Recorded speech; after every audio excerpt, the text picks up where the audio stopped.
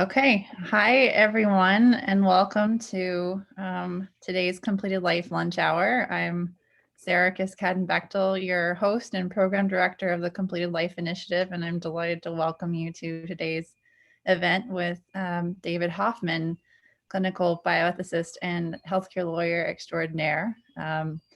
Today is a re-recording of last week's session, which unfortunately did not hold due to a tech issue, but we're delighted to welcome some of you back from last week and welcome those of you who didn't get a chance to join us last week here today, and also back by popular demand. We extended the lunch hour to end at 1:30 Eastern today because last week everyone said they didn't have enough time with David. So with that being said, today's discussion will focus on your thoughts and questions on the story of Susan Saran. And David will give brief remarks before we will engage with question and answer with all of you. So I'll turn it over to David. David, I will make you co-host so you can share whatever you need to. Terrific. Thank you, Sarah, and welcome everyone. Special welcome to my colleague and new best friend, David Grunwald, who spoke at the Completed Life Conference, which is available for all of you to view in its 6-session glory on our website, in case you missed any of that. And of course, a special welcome to all of my current and former students who I love to have show up because I miss them almost as soon as they finish the program. So we're gonna sort of pick up where we left off in one respect and review and meld the conversation from last time and this time as a building process, because this whole discussion is perhaps most unfortunately circular, and the themes and issues and challenges double back on themselves, so that at the end of the day, we seem to repeat the conversation, and to the point that we were making in the pre-session discussion, sometimes creating completely unnecessary complexity. Now, that said, we're going to touch on a little bit of law today because bioethics is an inherently multidisciplinary endeavor, both as a clinical discipline and as a scholarly discipline.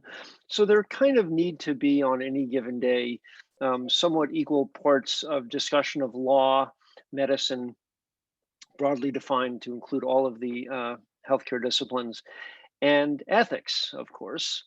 And so I want to start off today with just a bit of law to create the context for why Susan Saran wound up in the predicament that she did at Kendall. And then we're going to circle back to the specifics of Susan's case and end up with a discussion of a sort of bright light on the horizon, which is the statute in Nevada, which was passed just a year ago, October, and really is kind of a game changer and was in fact part of the motivation and justification for creating the Completed Life Initiative in the first place.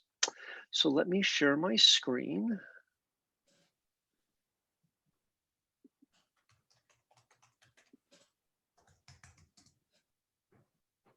All right, so it should come as no surprise to any of you that there are federal laws that are both a help and a hindrance in this discussion. Is everyone able to see?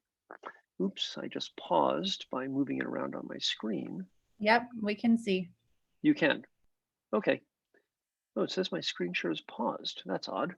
All right, so we're going to start our discussion with these federal regulations, which are classically definitions. Most legal documents start off with a definition section for the important to observe reason that words have different meanings in different contexts.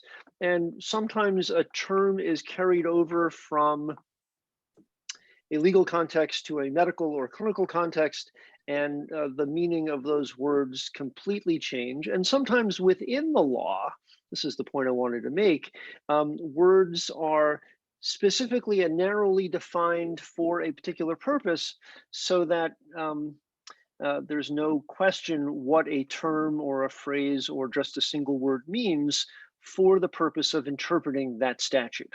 So here we're dealing in the first instance with three terms that I plucked out of section 488.301 of the federal regulations that relate to these advanced directive end of life immediate jeopardy questions. And for those of you who want to look this up, this is 42 CFR, so volume 42 of the Code of Federal Regulations, 488.301. There I did my lawyer thing for the day. And let's start with abuse. So abuse is defined as the willful infliction of injury, et cetera, and also includes deprivation by an individual, including a caregiver, of goods or services that are necessary to attain or maintain physical, mental, or psychosocial well-being. So that's interesting because withholding or not providing some good or service can be part of the definition of abuse, which is only interesting because neglect is the failure of the facility, its employees, or service providers to provide goods and services that a resident that are necessary to avoid physical harm, pain, mental anguish, or emotional distress. Which is to say that sometimes neglect is a form of abuse, although not all neglects are abuse, and not all abuses are neglect, because they can be willful. And those two definitions have to be viewed in the context of immediate jeopardy, because that's really what we're up against. And the notion of immediate jeopardy came into the law and clinical conversation back in the 70s when it was discovered, sadly, with a focus in the New York metropolitan area, of really horrible mistreatment and creation of dangers for residents in nursing homes. So for the purpose of our discussion today, we'll use the federal definition. Immediate jeopardy means a situation in which the provider's non-compliance with one or more requirements of participation has caused or is likely to cause serious injury, harm, impairment, or death to a resident. And it is enormously important that we have this definition of immediate jeopardy so that regulators, the government, and other agencies can intervene when the abuse or neglect are to the point where they are either actually causing or are likely to cause some serious impairment. But that does not exist in a vacuum. So another section of law, and this is the State Operations Manual. This is the rule book that somebody's got a very talkative dog, which I love having dogs in class, but if your dog's gonna bark a lot, just mute yourself for a few minutes.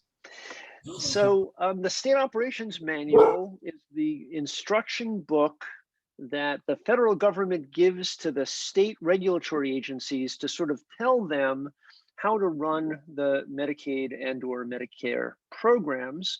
And this Appendix Q is specifically the set of rules that are supposed to be used for determining immediate jeopardy. And they run the gamut. So, whoops, I just went too fast. So as you can see here, they range from D, failure to protect from undue adverse medication consequences, to failure to protect from widespread infection. That's where we would turn for guidance on how to deal with COVID. And then wedged in between is E, failure to provide adequate nutrition and hydration. And no, I don't expect you to be able to read that because it's tiny. David? Yes. I believe your slides are frozen at the moment, or screen share is paused, so we didn't see the slide change. I will do that again then. Hold Thank you. on. Share screen. I thought it was paused. That's why. Oh, pause means it was frozen on that screen. I understand. Okay, so these are three categories of possible immediate jeopardy issues that are in the state operations manual. Failure to prevent medication errors is D. F is failure to deal with widespread infection. COVID would be a good example of that. And then wedged in between is failure to provide adequate nutrition and hydration to support and maintain health. And let's take a closer look at that, literally. There we go. So under the heading of failure to provide adequate nutrition and hydration to support and maintain health, you have 4 triggers. These are observations that might precipitate a finding, a legal finding of immediate jeopardy. 1 is a food supply inadequate to meet the nutritional needs of the individual. 2 is failure to provide adequate nutrition and hydration resulting in malnutrition. 3 is withholding nutrition and hydration without advance directive. And obviously that's number 3 is the one that's important for our conversation. And 4 is lack of potable water supply. So we're going to get into in a little while a more detailed discussion of what an inadequate food supply means and what failure to provide nutrition and hydration resulting in malnutrition, so that's failure to offer, as opposed to number 3, actively withholding nutrition and hydration other than in the presence of an advance directive. And that's the important part. So when we talk about this notion of without an advance directive, I just blew this up so that it was easier to read. We need to seriously think about what the federal government had in mind when they said these are problems unless there's an advance directive. And fortunately, the State Operations Manual provides some very detailed examples for the state regulators to rely upon in figuring out how to conduct their investigations and surveys. And example number 2 just happens to be square on Susan Saran's case. So example number 2 involved a confused or debilitated 75-year-old female admitted as an inpatient to the hospital and has orders to discontinue all nutrition and hydration support, something that happens not infrequently, right? And example number 2 continues.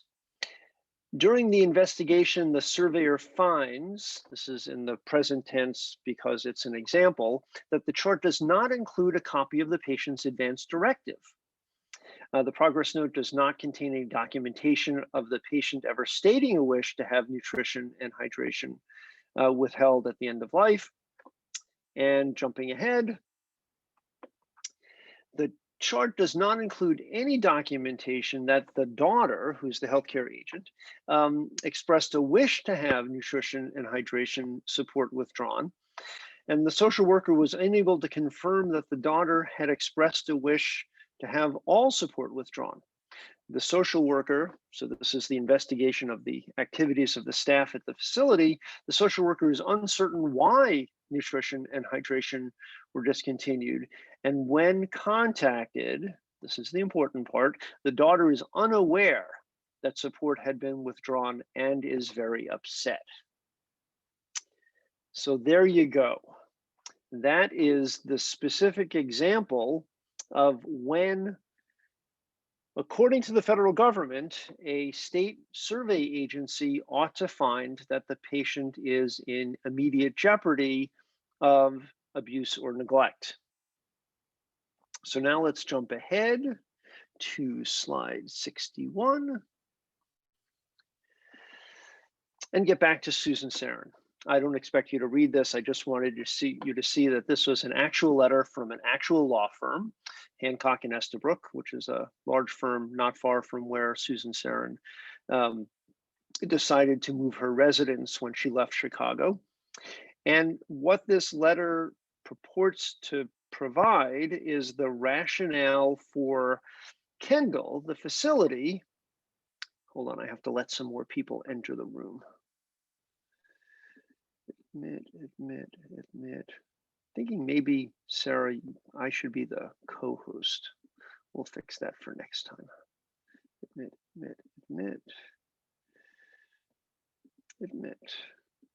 Come on, admit. There we go. Okay. Get this out of the way. There we go. So this letter was sent from the lawyers for Kendall to Susan Saran's attorney, and this is what they set forth in their argument. The rules and regulations, this is the lawyer's words, the rules and regulations governing all levels of healthcare offered in New York State require that licensed healthcare providers offer, my emphasis, adequate nutritious food to all patients. This means that Kendall, as a provider of healthcare, is required under appropriate regulations to provide, again, my emphasis, at least 3 nutritious meals a day to all of the residents in the health center. This is true regardless of whether the resident resides in the adult home or other kinds of regulated facilities. Okay, so offer and provide. Remember those words. The letter is a problem for this reason. Those words, offer and provide, are, in my opinion, grossly misinterpreted by the lawyer for Kendall to suggest that the facility has the obligation and the right to provide, to impart nutrition and hydration to Sarah despite her explicit written objection. The counsel letter concludes, finally, this legal analysis was confirmed by counsel for the health department as requiring the facility to provide meals as set forth in the relevant regulations, and that the meals must be offered with assistance if the resident is or appears unable to feed themselves.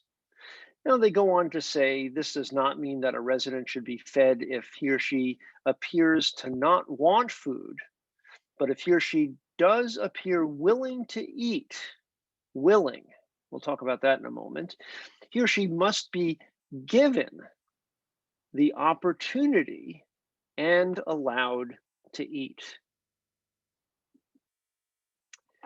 So why is this analysis by the lawyers for Kendall so flawed? Well, the analysis is flawed because of its reliance on what I describe as a self-protective interpretation of the federal statutes and ignoring the guidance from CMS in those state operations manual provisions that I just reviewed a moment ago regarding the role of advanced directives in the application of its regulatory protection. Because remember, all of this law only exists for the purpose of making sure that patients are not subject to harm or neglect. Well, I don't know how respecting a patient's wishes can constitute either harm or neglect. In fact, I think to the contrary, force feeding someone who has explicitly said at a point in time when they have decisional capacity that I don't want to be force fed, that's neither harm nor neglect. I think that's actually assault, right? And there's actually some good case law to support that proposition. So all of this is based on an assumption that the patient's wishes are not known. And I agree that when a patient's wishes are not known, that we should be providing food and drink, unquestionably, especially orally. It's consistent with the basic rule of clinical ethics consultation that when in doubt, we always err on the side of life, because if you don't, you have foreclosed all other options. But the regulations, this is another part of 42 CFR, are so specific. that the providers, clinicians, and all of the other people involved in care listed in this section of law are not required to provide care that conflicts with an advance directive, right? What could be more clear, especially in the context of the other part of this regulation that says that it is not the condition of the provision of care or otherwise that discriminates against an individual based on whether or not the individual has executed an advance directive, meaning that in fulfilling the obligations of these regulations, you can't in effect punish someone or penalize them for having prepared an advance directive. And this is the critical point. This is the jumping off point for our discussion. Ensure compliance with requirements of state law, and this part in the parentheses is so important, whether statutory or recognized by the courts of the state regarding advance directives. The provider must inform individuals that complaints concerning the advance directive requirements may be filed with the state survey and certification agency. All right, so let's all take a deep breath, because that was a mouthful, right? But what does all that mean? What it means is, A, the federal government recognizes that there are state rules that impact how we treat patients in long-term care facilities. And second, that the federal government recognizes that its desire to engage in in protective behavior for residents should not be read to obliterate a patient's instructions and wishes as set forth in advance directives, including an advance directive that has to do with nutrition and hydration. There's an argument that can be made, I don't agree with it, but the argument has been made, that oral assisted feeding is not medical care, and therefore the state laws in New York in particular, and many states, that enable patients to make decisions to refuse treatment, that they don't apply.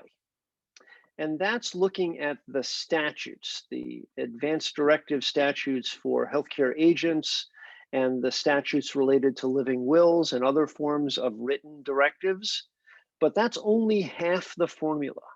And this is where I think the lawyers for Kendall got themselves in trouble, because they ignored the entire other kind of law, which is not only equally valid, but actually is older and more established. That's called the common law. That's the law made by decisions that judges make in particular cases that then become precedent for future cases. And it's well established in New York that patients are allowed to make decisions about their care ahead of time. And that can take any form, including a living will. Doesn't have to be appointment of a healthcare agent, and that those obligations are as binding on providers and anyone else as any other rule. And now you might think, oh, well, maybe those lawyers from Hancock and Estabrook didn't know about these other kinds of laws. And maybe that would be some lame excuse for not having done their homework. But it turns out that the lawyers at Hancock and Estabrook, who are fine lawyers who I work with upstate with my clients quite frequently, they did know better. How did they know better? Because in 1984, a nearly identical issue was brought before a state Supreme Court judge in Syracuse, right up Route 81 from Ithaca, where the judge looked at the exact same question, whether a patient's decision when they were able to speak on their own behalf, in that case actually orally, remains valid and binding when the patient loses the ability to communicate.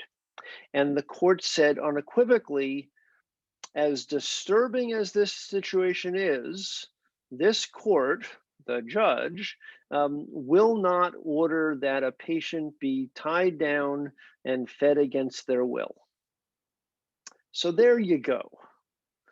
That case, because it was brought anonymously, because the gentleman involved didn't want his identity known, was literally lost to antiquity, because when you file a case under a John Doe or a James Smith name, it's hard to hunt it down. And by the time this became a concern to anyone, including people like Thaddeus Pope, who spoke at our Completed Life conference, and people like me, the court file could not be found.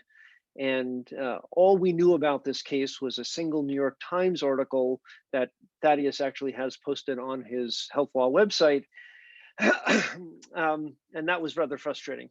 So to make a very long story short, I chased down the lawyer who handled the case. I asked him to hunt through his office. He did a first hunt, couldn't find anything. A month later, he called me up and said, David, I found the court's decision.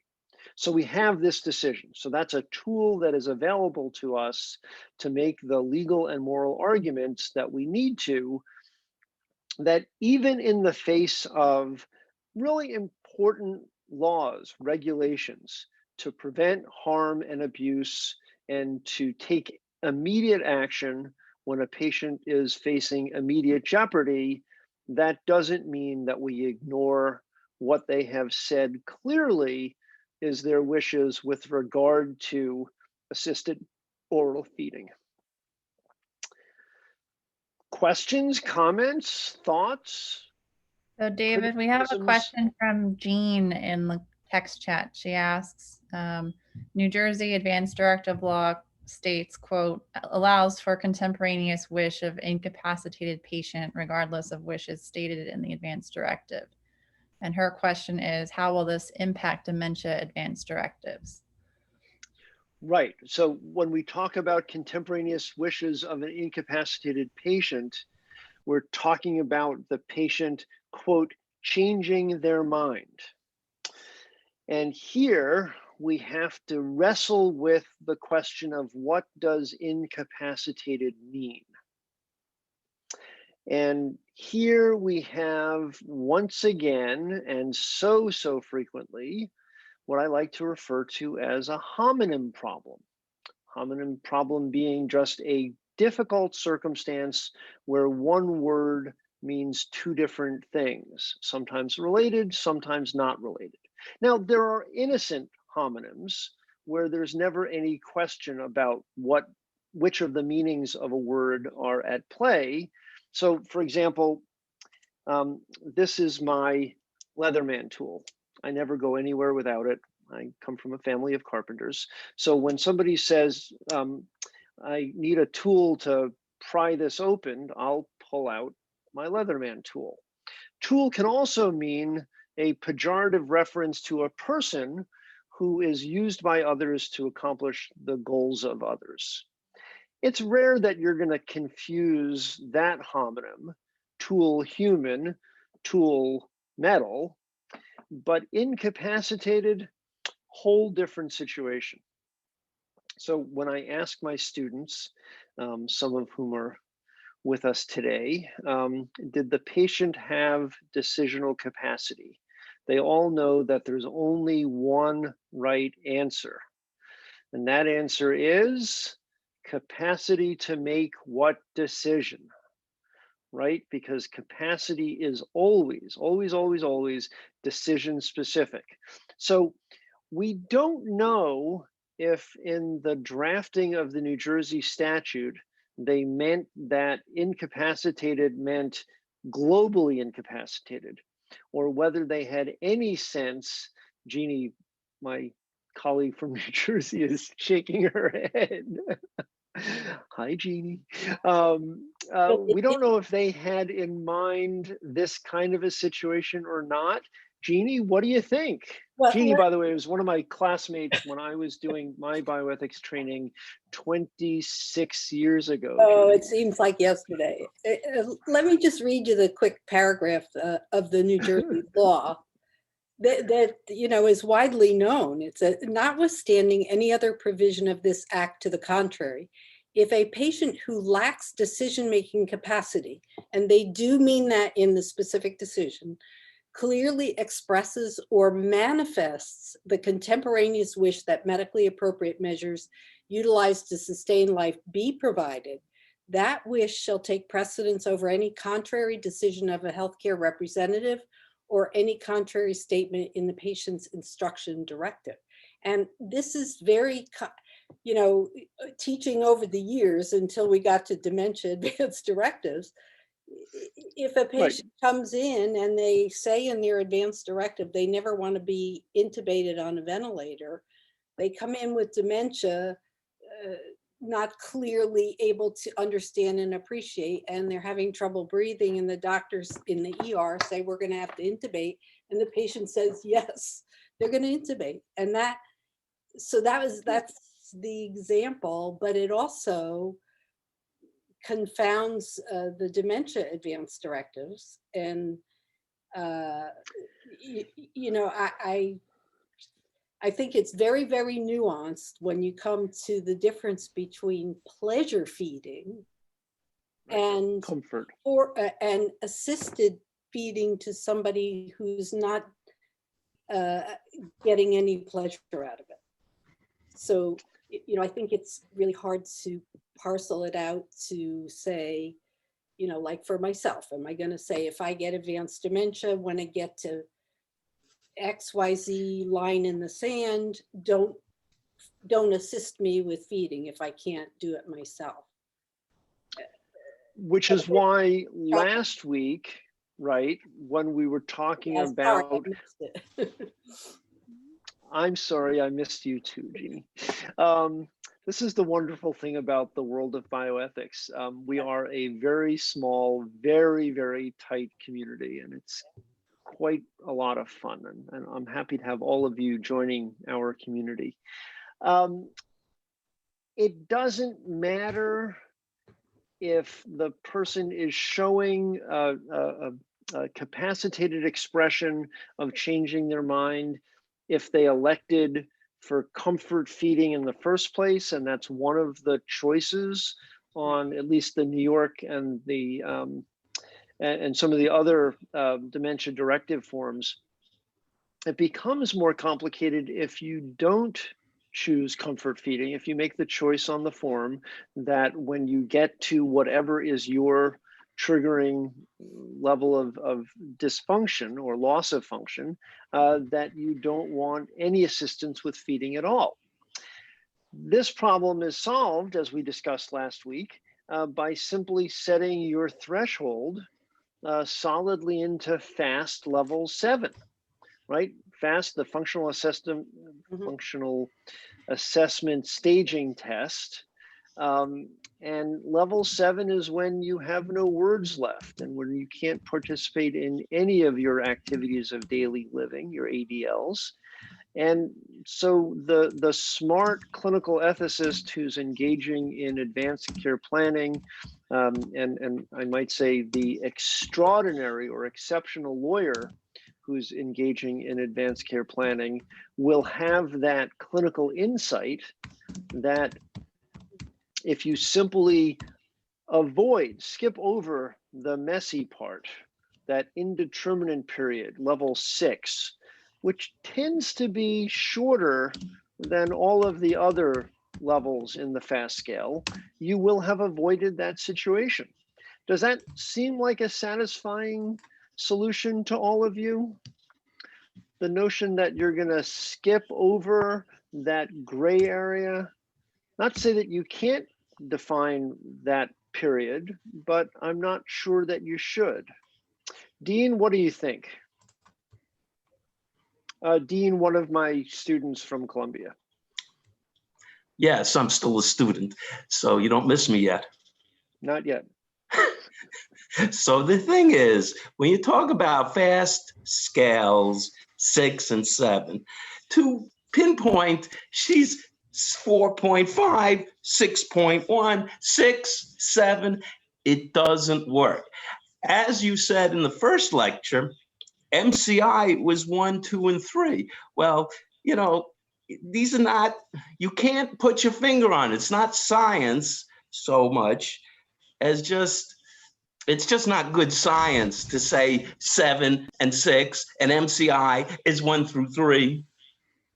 Right, which is why the phrase I used just a moment ago was well into 7, right? And we can use our words to get deeper than the bare features of the FAST scale so that there isn't this ambiguity.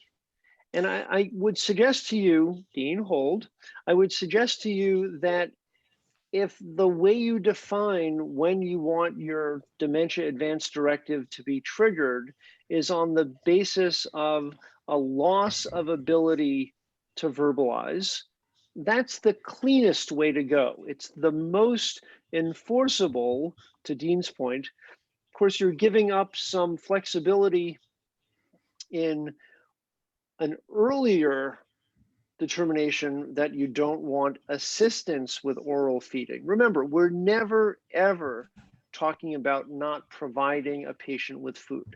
That would be a clear violation of both our ethical obligation to all of our patients and a violation of those federal regulations we were talking about.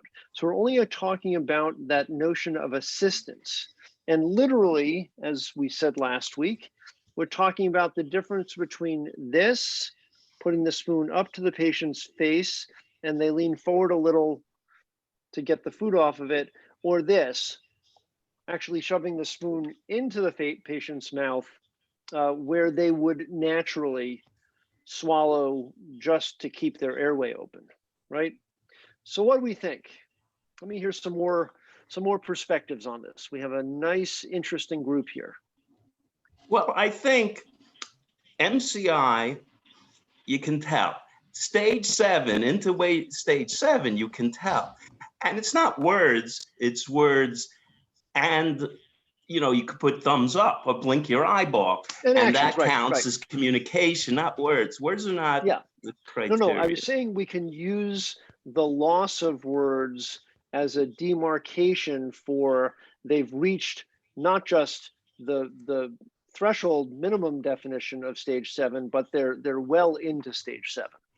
Because stage not 7 words. At the beginning, you can have words, but not have other means of communication, or vice versa. So let's get to Gary and then Meryl, and I see Aubrey. And we also have Barbara, Sarah, and Aubrey had questions in the chat. So go ahead, Gary. Okay, great. Gary? Okay, Dr. Hoffman, I know that you're aware of the new advanced directive, the Final Exit Network, designed specifically to deal with some of these issues. And it was with input from THAD and our general counsel, Rob Rivas, and about 7 of our doctors who are in our medical committee and a few others. And it comes with free legal support to threat or actually bring lawsuit against medical institutions that disregard people's advanced directives under exactly these circumstances. My question, I guess, is do we need some lawsuits to get people in those institutions to pay attention to the patient's mentally competent wishes? It's said that generals are the most reluctant to start a war, and a good lawyer should be the most reluctant to run to court. It needs to be a credible disincentive for bad behavior, but I would much rather resolve these issues through a process of mediation and arbitration so that we don't wind up locked in the battle mentality that has been a problem in lots of areas of end-of-life care. So I would say to you, yes, we may wind up having to get there. But in each of the factual circumstances, and one of the important reasons for the Completed Life Initiative is for us to all share these circumstances. And I've learned of several really interesting stories through the process of the conference and the community building, that we want to go to the institution and try to reason with them and try to persuade them. And if we can build that kind of a consensus, then we won't have to resort to litigation. The danger with litigation being, sometimes bad facts create bad law, and then you're stuck with it. So a qualified yes, Gary. Thank you. Who's next, Sarah? So next is Meryl and then Aubrey. And we have a few others Okay. coming in. So if you can, please. And Barbara has her hand up. Yeah. Yeah, Barbara, Sarah, right. actually, I have a different question than the one that I wrote. Do we presume that a patient who eats wants to eat? Because I have a specific patient in mind who cannot walk, who can't walk, who can't talk, who can't do anything, but opens her mouth when the food comes. Does that mean she wants to eat, or is that all that is that a reflex and has no life otherwise? I obviously don't know that patient, so I'm not going to give a patient-specific answer, but the circumstance is all too familiar. And the reality is that we need to have a default position when we're not sure. Because, comfort feeding is really important as part of this transition. And you can often tell when a patient is no longer eating because they enjoy it. It's all of that 80% of communication that's nonverbal. And when they don't express or demonstrate enjoyment of the eating, if there's an advance directive in place, then we should stop that or take other steps to test the proposition that the patient is only eating out of reflex. But, and the but is really important, we need to err on the side of life. We need to err on the side of providing food a little bit longer and taking a little more time to test the proposition that the patient is only swallowing out of reflex or to protect their airway, because we all in this area of clinical practice have to live with our decisions and our actions long after the patient's gone. And the notion of moral distress for caregivers is not something that we should discount. Thank you. Okay, next question from Meryl. Meryl, please go ahead. Thank you. Yeah, I've been working at a hospice, inpatient hospice for a long time. And one of my main delights actually is feeding patients. So I can tell you, when you get used to your patient, to the specific individual, and also taken more collectively, you start to see patterns in how people respond to being fed. So I specifically feed people who have actually no mobility whatsoever. And this somewhat addresses Barbara's question. People will refuse. They will close their mouths. They will not a spoon or anything being brought to their mouths. And it's quite clear. In those cases, we leave their tray there, we leave their food there, and till the next meal service comes around, if nothing happens, we put that new meal down and try again. And then in notes, patient has refused, or patient took 4 spoonfuls of pudding or whatever. Medical staff is quite aware of the trend line of that person's eating behavior. And under no circumstance, let me just say this, we don't force food, but if someone opens their mouth and is able to swallow what is introduced, we take it slow, we let the patient be our guide, and we continue to introduce food. So I don't know that patients just have a reflex, open their mouth and swallow. I couldn't interpret it that way. My interpretation would be they are deriving some kind of comfort from it. It may be the act of being fed and tended to by a patient human being is attending to them. So, that's where the person's mind comes into it, and I can't presume to guess what's going on in their being, right?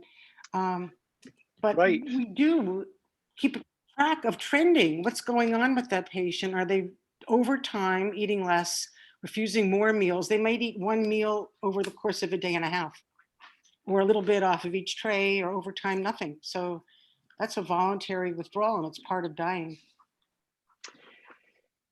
And consistent with this notion that we should err on the side of life when there's any ambiguity, we should also be aware that end of life patients suffering from Alzheimer's and other dementias who reach stage 6 or stage 7, they're not constant uniform beings in their behavior and their reactions.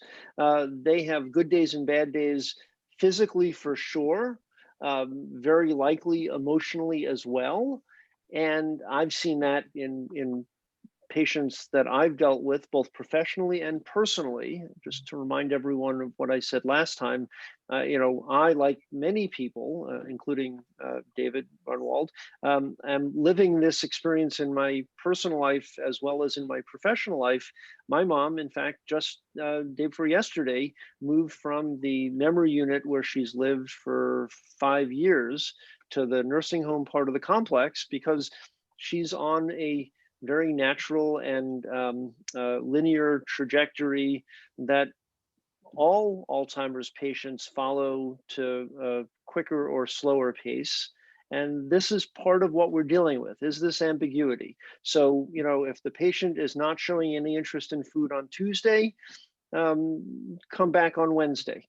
And only after we have a clear established pattern that indicates that the patient doesn't regain their appetite, that we've treated everything that is treatable, such as dehydration, that might be the cause of the patient's loss of appetite.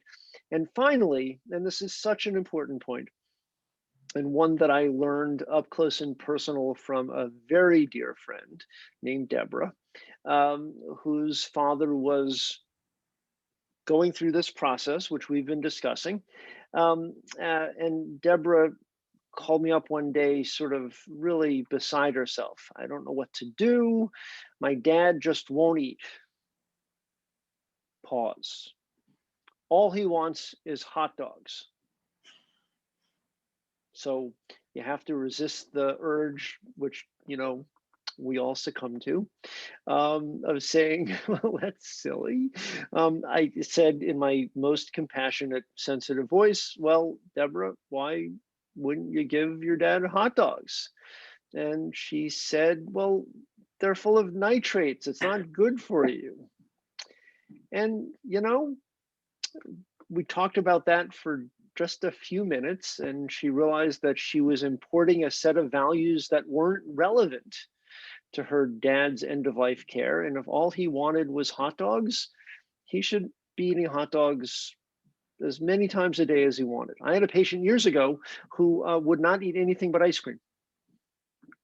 And the staff thought that the patient's refusal of food meant that she didn't want any food. And her son said, oh no, offer her some ice cream. And she ate ice cream for months. You can live a long time on ice cream. I think we all know that, right? Yeah, for sure. All right, Sarah, who's next?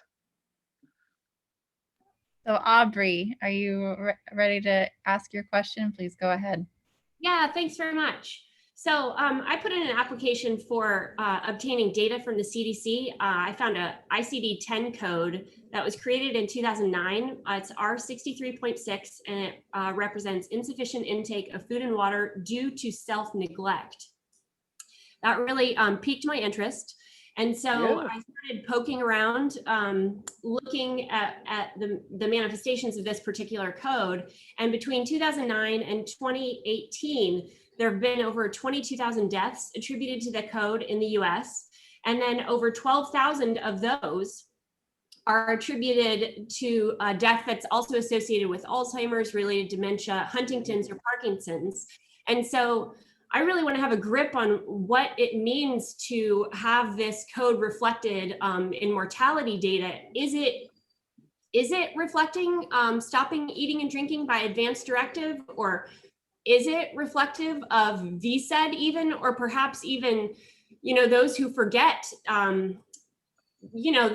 how to eat or having an interest in food, could it be reflective of those deaths as well? So I want to understand it as I analyze it, and I would appreciate feedback on your knowledge base. Absolutely. So just to bring everyone up to speed, one of the most interesting parts of bioethics for me is serving as an interpreter between the language of law, medicine, and ethics. So ICD, is it 9 or 10, Aubrey? I believe the it's code. 10. Yep, 10. Okay, so ICD stands for the International Classification of Disease. It's the coding system that hospitals and healthcare providers use for billing purposes and lots of other purposes as well.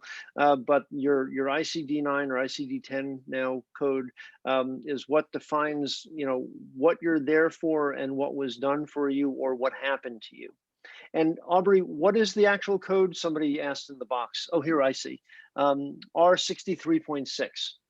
And we could spend an entire session sometime just talking about ICD codes and CPT codes and DRG codes for diagnostically related groups, but that's a discussion for another day.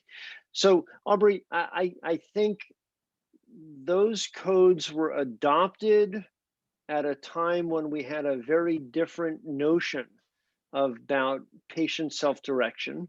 And the Nevada statute, which we're going to talk about in a little bit, is a good example of how far we've traveled in understanding the importance of the prior self directing the care for the current self when the current self is disabled. And if you're interested in these topics, I urge you to view or review the first session of our Completed Life Conference, where Paul Menzel and Peggy Batten talked about these issues of how we apply philosophical frames of reference to deciding how we should be dealing with a patient who isn't making decisions or isn't communicating in a way that we are conventionally accustomed to, because that's the challenge.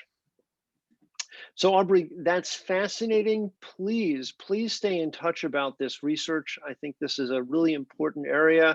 It is in fact a obvious and logical companion to the research that we are launching at Columbia to look at the reasons why medical directors of long-term care facilities are sometimes reluctant to respect the advance directives wishes of patients. The Kendall situation up in Ithaca being one end of the spectrum, and the conscience objection or the clinical uncertainty objection being the other end of the spectrum, and then lots that falls in between.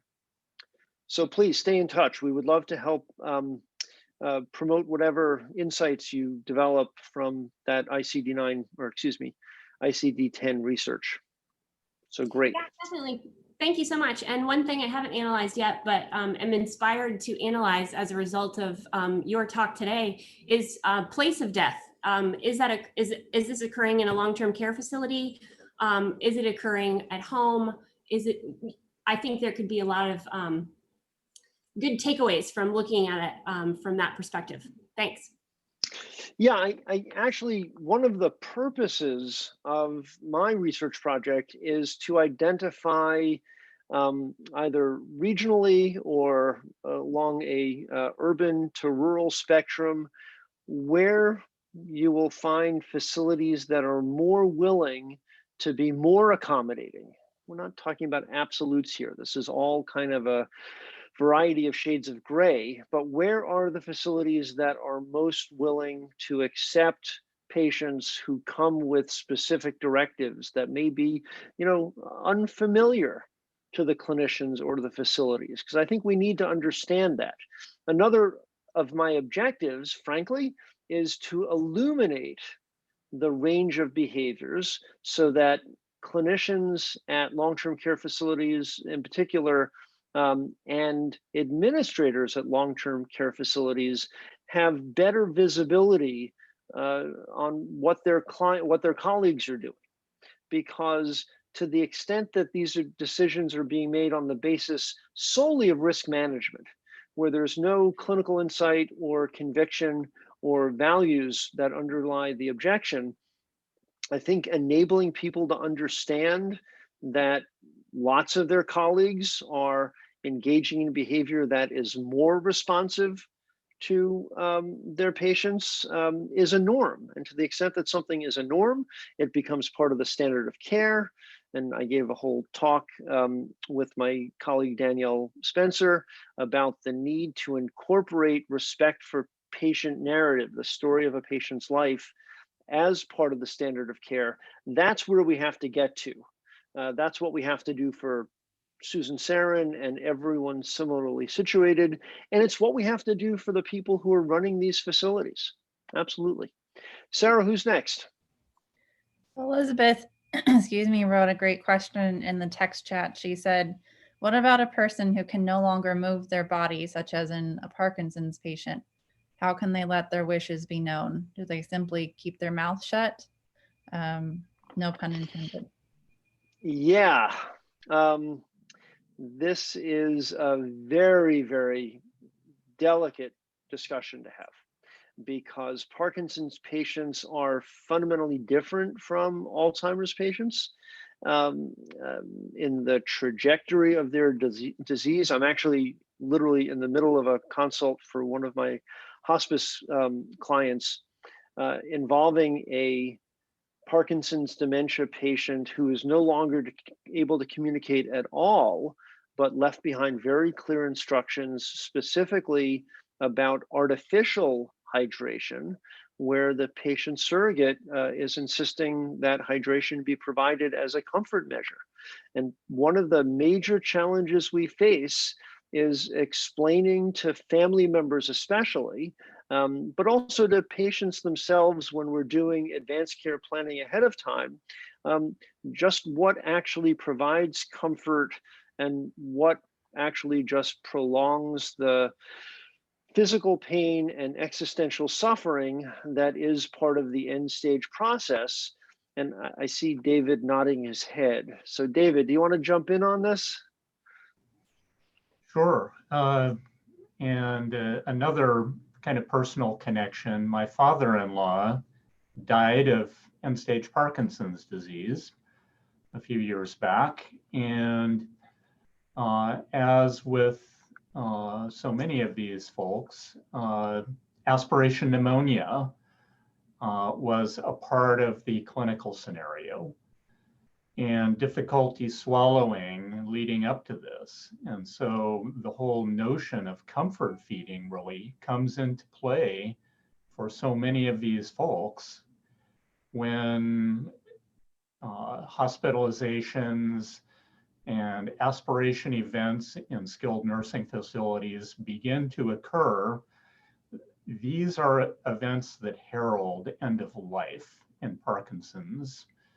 And the whole notion that there's a dichotomy between comfort feeding and a directive to stop feeding me when I start looking like this really disappears, I think, for Parkinson's patients. And so it's actually an instance where maybe it's less problematic what we should do in these instances compared to people with Alzheimer's disease who are far more heterogeneous in the way they experience end of life. So I don't know, it seems like the situation is more often clear-cut in my mind as a geriatrician and a palliative medicine doctor. Yeah, I Can I ask a follow-on to that, though? This is my question.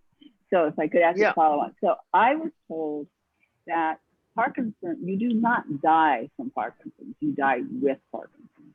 And because it's not a terminal illness, it's a degenerative disease, a lot of what you put in an advanced care directive does not apply. And I was actually told about something called palliative sedation. And that was my second question. So I'm a little confused by your answer because that's the opposite of what I've been experiencing in this particular case of Parkinson's. But well, also sure, I can go ahead, David. Yeah. I disagree that Parkinson's disease is not a terminal illness. It's a degenerative illness, which is very true, but it clearly has an end stage in which motor function, as well as often cognitive function, deteriorate markedly. So I will grant that even within Parkinson's disease, there's heterogeneity. And not everybody who dies of Parkinson's disease dies in the same way. But it's very often possible to identify a terminal phase of the disease that looks pretty similar across patients. And so that's what I'm describing in my father-in-law's scenario. And I've taken care of many other people who have died in this way. The exact details may look a little different from patient to patient. Some people will develop pressure sores and will become septic. In other words, overwhelmingly infected from pressure sores or perhaps urinary tract infections instead of aspiration pneumonias.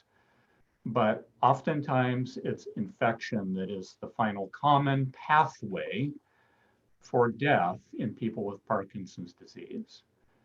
Palliative sedation is an entirely separate issue. It's really not intended as a mode of exit, except for people who have severe symptom management challenges, who are at the very end of their lives, who are clearly dying. And then the question is how we manage the symptoms while the person is dying. It is not appropriate for someone who has an extended period of expected life from whatever illness they have. So it's really not a good approach to manage prolonged dying from a condition like Alzheimer's disease.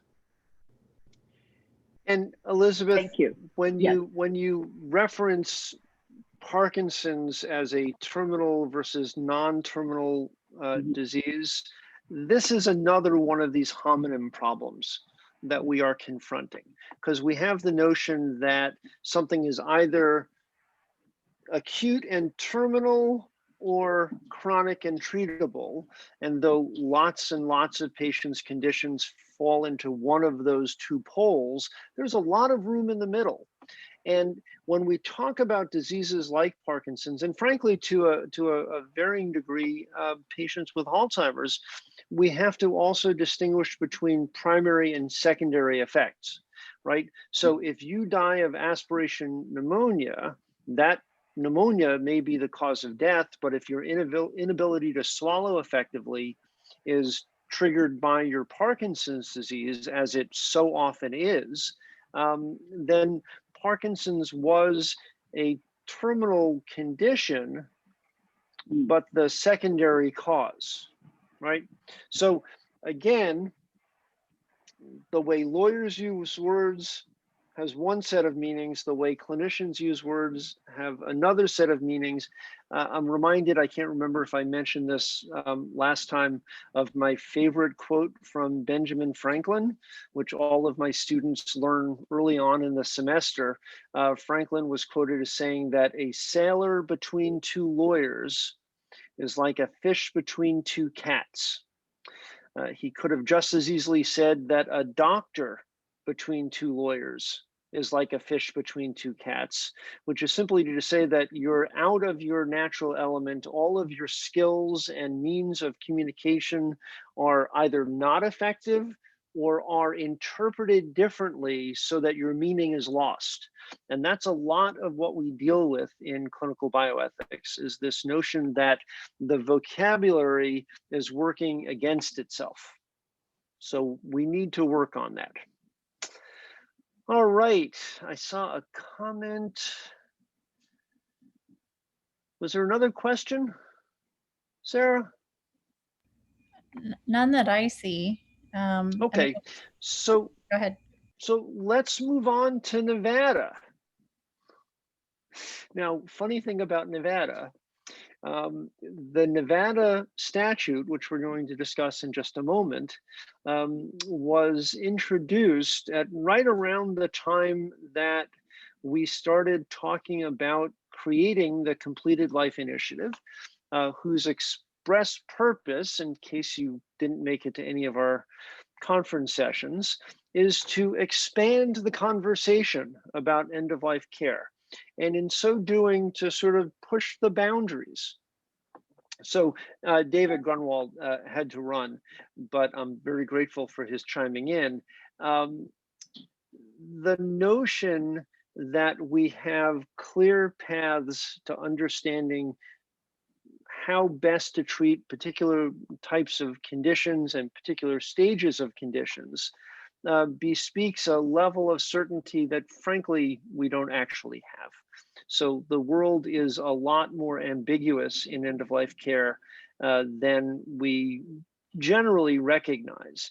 And so the Completed Life Initiative was created by Faith Summerfield, who is with us, for the express purpose of pushing the outer limits of the envelope to expand the conversation.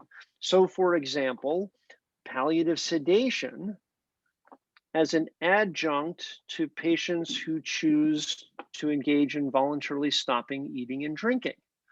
Now, that is a radical notion, and I want to be very clear, and if David were here, he would be nodding his head vigorously, that that is no part of the standard of care today.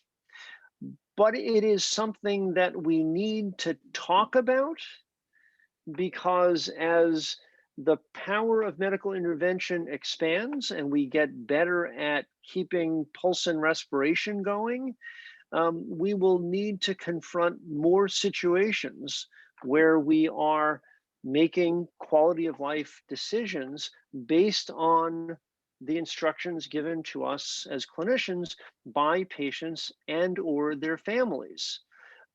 Sarah, let's make a note to put the article As Life Ebbs in the resources section of the Completed Life website, because this is a wonderfully illustrative example of palliative sedation. Simple story, sad, tragic, complicated in terms of the ethics, simple in terms of the medicine. Patient went in for hernia repair, wound up with a disseminating infection, developed gangrene in all four extremities, had to be induced into a coma in order to deal with the excruciating pain that the condition produced while they figured out what to do next.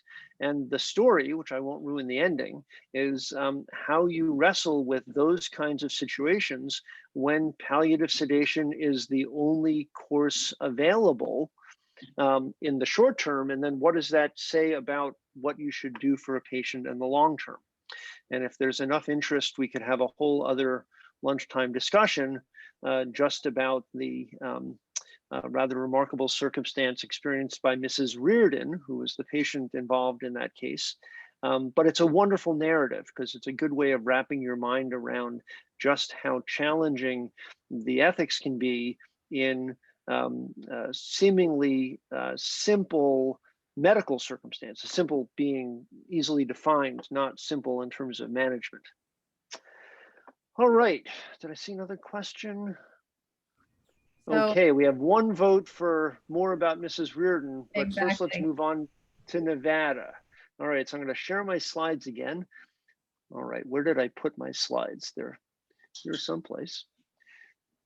I just have to find them. Oh, they're hiding right behind all of you. Look at that. So let me move this up here. I have two monitors. It's the only way I managed to get around this, but now one of my monitors is blocking the other. All right, so back to here. Let's go right to the end. Hold on, I just have to find it. Oh, here it is.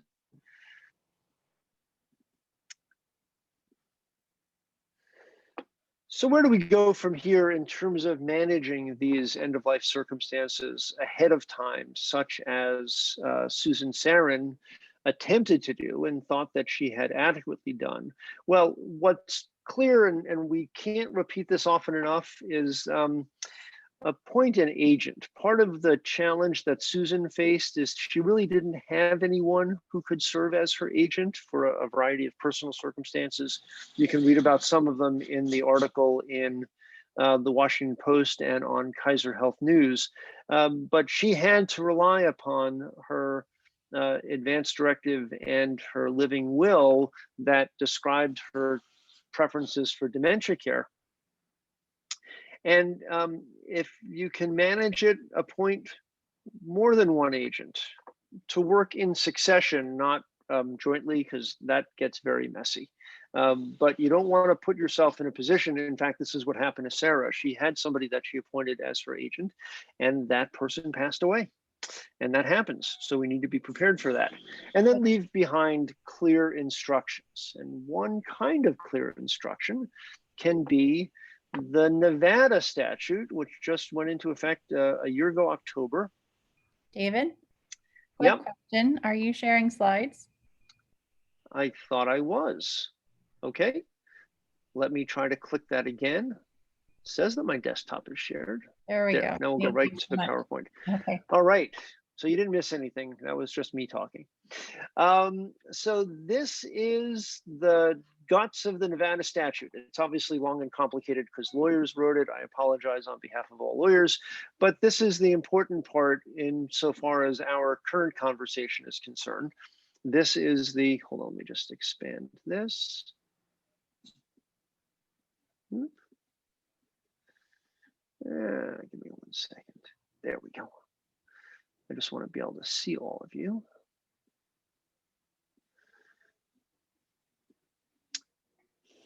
Okay, there we go. So this is the end of life decisions addendum that was part of the revised Nevada advanced directive statute that was really principally designed to deal with all of the other aspects of end of life planning when you have a degenerative disease such as Alzheimer's or some of the other dementias. So they start out very clearly. You can, but are not required to, state what you want to happen if you get very sick and are not likely to get well. And that's very simple language. The simplicity is beneficial in some respects. It falls short in other respects. But for most cases, the point being made is pretty clear. You do not have to complete this form. But if you do, your agent must do as you ask if you cannot speak for yourself. And this is that important point about the hierarchy of decision making, right? That we start off with the patient's expressed wishes. Then we go to the patient's prior expressed wishes in an advanced directive, including a living will, or even just verbal statements, as long as they can be confirmed and corroborated. Things you say to your doctor, for example, that get put into the doctor's medical record.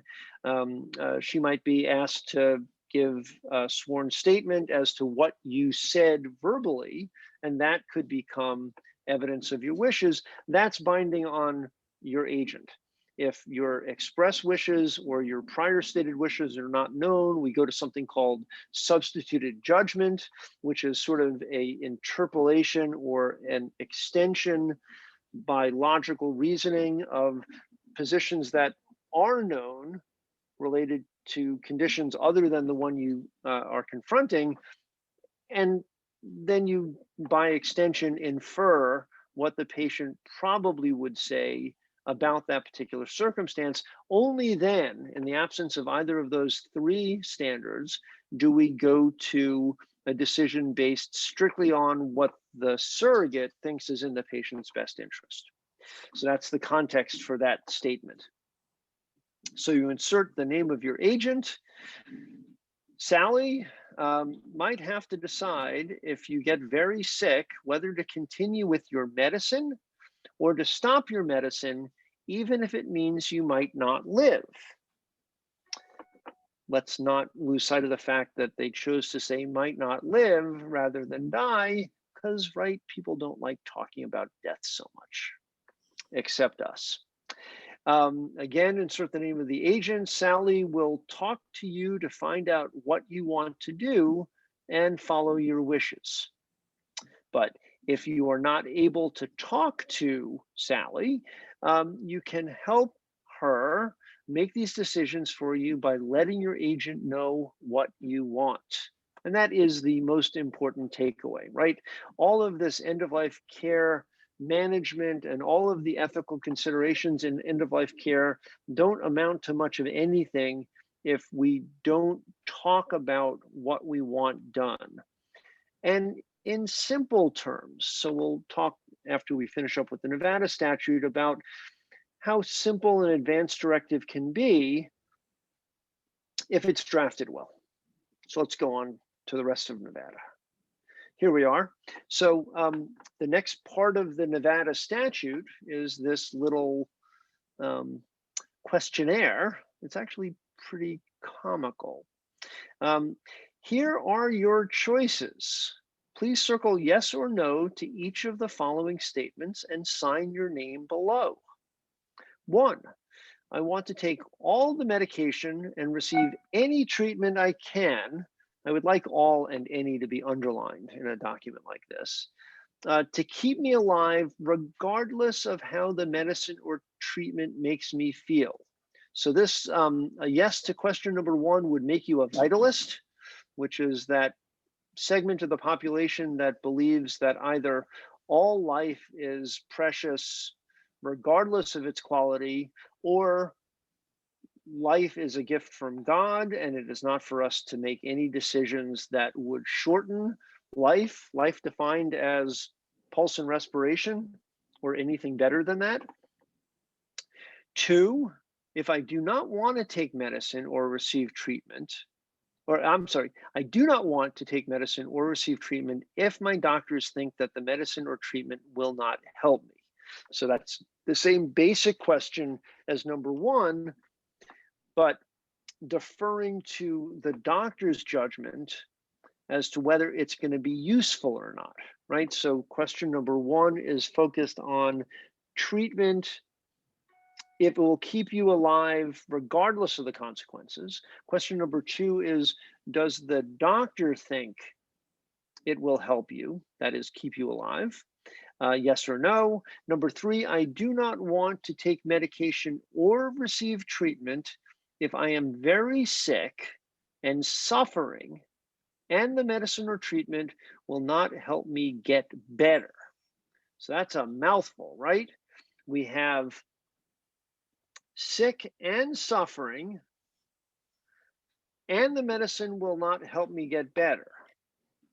So what if you're sick but you're not suffering? Or what if you're suffering but you're not sick? The word sick can be tricky. Sick obviously means if you have an illness, a disease, but is the effect of a stroke a form of sickness? Well, people argue about that. But that's clearly focused on whether you have a recoverable condition as opposed to a merely treatable condition. And then number 4, the reason we're here today and the reason we're talking about the Nevada statute, I want to get food and water even if I do not want to take medicine or receive treatment. Yes or no? Now again, interesting, framed in the positive, such as if I cannot live versus the framing or phrasing if I am going to die, but the impact is the same. If you answer no, it means you do not want to get food and water, regardless of whether you are taking medication, I'm sorry, excuse me, not regardless, in the circumstance where you have decided not to take medicine or receive treatment. It's not clear to any of us who have studied this statute whether the people who drafted it in the Nevada legislature fully appreciated just how groundbreaking question number 4 really is. And we've tried to ask, we were actually planning, let me stop sharing my screen for a moment. We're actually planning on conducting the Completed Life Conference in Nevada for the express purpose of discussing this Nevada statute, and even going so far as to have people fill them out while they're in Nevada, and then bringing them home to wherever they came from.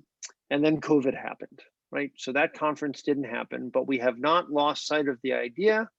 And there are all sorts of other laws that are in play right now that relate to remote witnessing of advanced directives that might enable all of us to fill out a Nevada advanced directive. There's nothing quite like it. There's one statute that just came out in Vermont that's similar, but these are complicated legal questions, the answers to which might well ease the path to patients with dementias being able to exercise some control over how their feeding is handled when they reach FAST level 6 or 7. So just gut feeling, what do we think of the Nevada approach? Thoughts? Do we have questions, Sarah, in the chat box? I just saw a hand raise, Jeannie and then Meryl. All right, let's take Jeannie and then Meryl. I haven't examined the statute very thoroughly, but I think just from my experience with hundreds of patients with hundreds of different documents, the language is simple, but I think it's really ambiguous. You know, suffering. If my doctor thinks it can help, well, help prolong life, help you feel better while you're dying. You know, I'm thinking palliative radiation. Yeah. I'm thinking of all the things that are in the box of things that we offer to people to help. And, you know, in particular, I'm thinking of a case where the advanced directive said, if I cannot recover to a meaningful quality of life. Right. And that made sense to the person who wrote it. But when the neurosurgeons who were treating this guy for a huge intracranial bleed, in their mind, a meaningful quality of life was alive, you know, out of the ICU and alive, regardless of disability. Right. And in his wife's interpretation, it was riding, being able to ride his bicycle. And it became a huge, you know, argument about she just wanted him to die. But because he wasn't particular, and I think, I don't know, I'm just, that's my first gut response. Yep. Is help me. What does that mean? Help me what? I think I like things that are functionally defined. You know, if I can't ride my bike, just say it. Yep. So here's my response, Jeannie. And look, you should all know that Jeannie and I have known each other for a long time, and we don't disagree about much of anything. And I don't disagree with you now, other than to say lawyers write statutes, and they are what they are, and we should take them and use them for what they're good for, and we should supplement them in areas where they're not good. And all of your criticisms, Jeannie, are perfectly valid, but they can be remedied by a really good living will or other written document that gives those specifics. Yeah.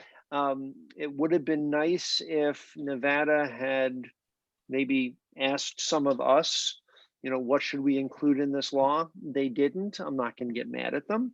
But it's a tool, and it's a tool that I think we can build on. Tool as in my Leatherman, not a person that you manipulate.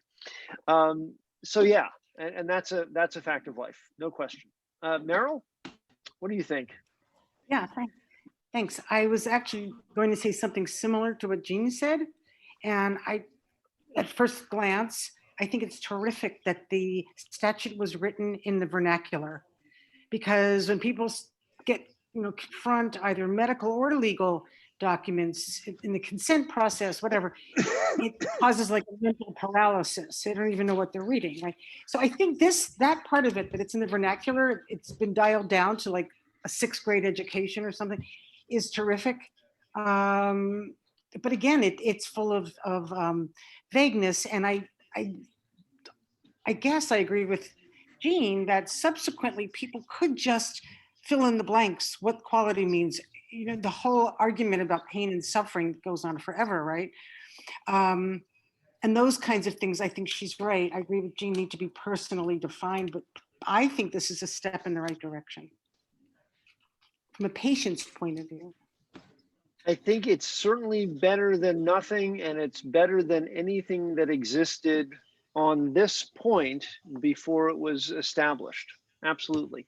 I'm really interested to hear from, so Judith, hold on one second. I really want to hear from Elizabeth Copeland, because your comment about your play about end-of-life issues is fascinating to me, because, you know, Jeannie and I were all trained in the tradition that clinical bioethics is about storytelling, and we do our most good and our best work when we both understand a patient's story and help them to create an ending that is narratively consistent with the beginning. So tell me, what are you doing? Well, actually, I have a nonprofit called Grief Dialogues, and we use theater. It's typically short plays about dying, death, and or grief. We've been in operation about 6 years. This year, we added Grief Dialogues Healthcare Education, where we've written plays and performed them specifically for healthcare providers and caregivers. I'm currently co-authoring a play, which we're calling Independence Day, which profiles two nursing home patients, one in advanced stages of Alzheimer's and the other one Parkinson's. The Parkinson's patient I'm tailoring after my mother's experience directly. Mm-hmm.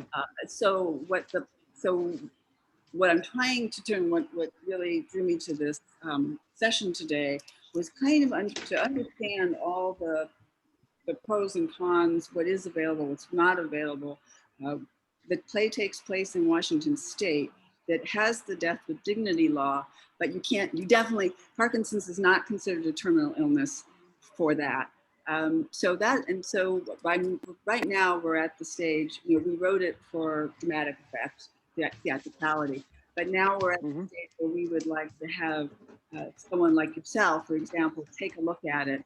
Again, it's not a how-to, but it's to, all of our plays are to start conversation. And so that's what this is. That's terrific. Thank you. That's really terrific. Thank you for doing that work. That's wonderful. Barbara, you wanted to interject or add something? No, but Barbara, could Elizabeth put the information about what she's doing in the chat? Oh yeah, that'd be great. Sure, I can put it in the chat.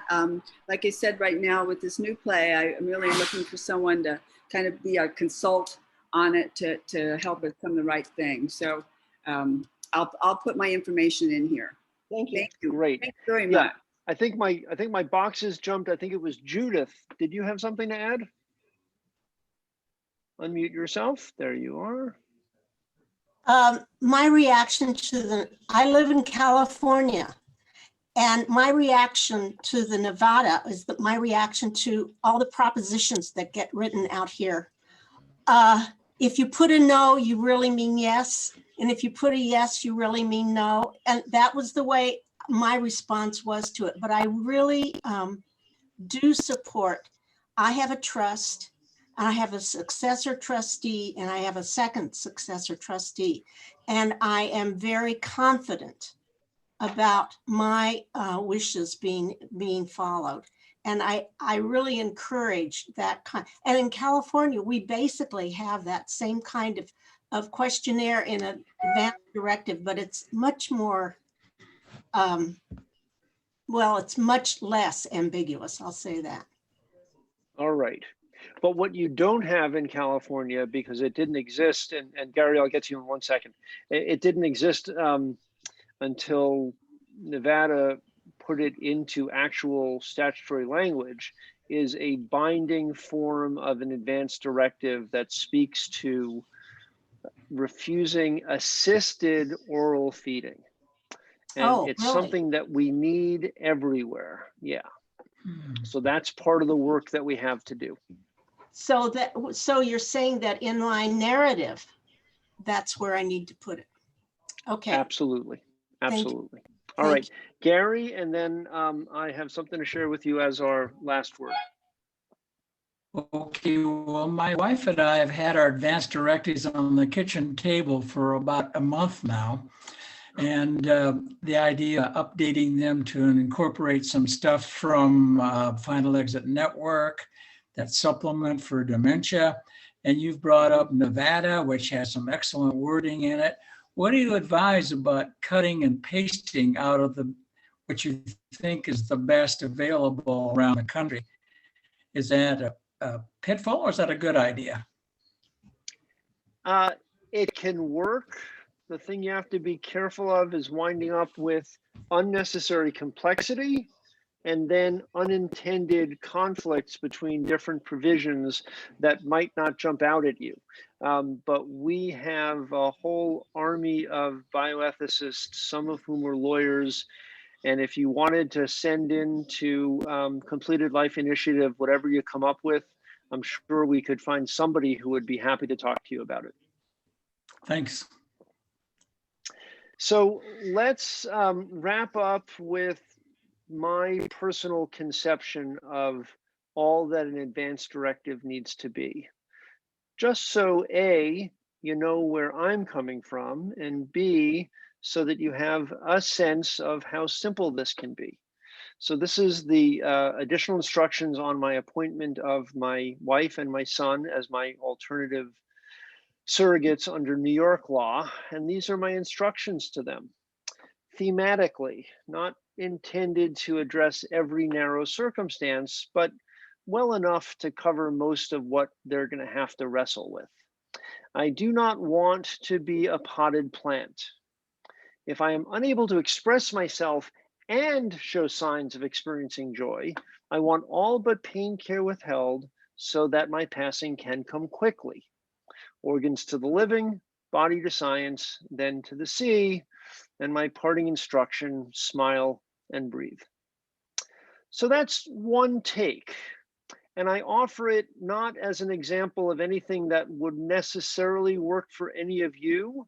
And I am happy to debate its completeness. And Brian, we can post it, or you can take a picture of it. I'm flattered. But to express the notion that these documents don't have to be laundry lists of, if I have this disease and that severity and this probability of recovery, then I do or do not want radiation versus chemotherapy versus anything else. That ought not to be what we aspire to. We should be aspiring to expressing our values and the circumstances under which we want care and the circumstances under which we want curative versus palliative care to be withheld. And with that, I have kept you over 3 minutes, for which I apologize. I pride myself on finishing on time, but thank you. This has been wonderful. And this has been a really, really successful natural experiment in how you can bring groups of strangers and groups of friends, in some cases, together to have really important discussions, which we need to do more of. And so this will be our forum, and any suggestions that any of you have for future topics for these lunchtime chats or for our conferences for the upcoming year, please send them in. You know where to find us, completedlife.org. And thank you for joining us. Bye-bye. Thank you, David, and thank you all so much for joining us. A round of applause to David. Thank you again. As David mentioned, check out our website if you haven't already, www.completedlife.org. I put our respective emails in the text chat, so feel free to reach out to us directly if you need us. And just a reminder that our next lunch hour will be hosted by Dr. Timothy Quill, who was our keynote speaker in the Completed Life Conference. And that will happen on December 3rd, which is a Thursday from 12 p.m. Eastern. So we're looking forward to seeing you there. We'll send email announcements out as well. And thank you so much for attending. I'll stick around for any questions. Bye all. Bye. And thank you, Faith.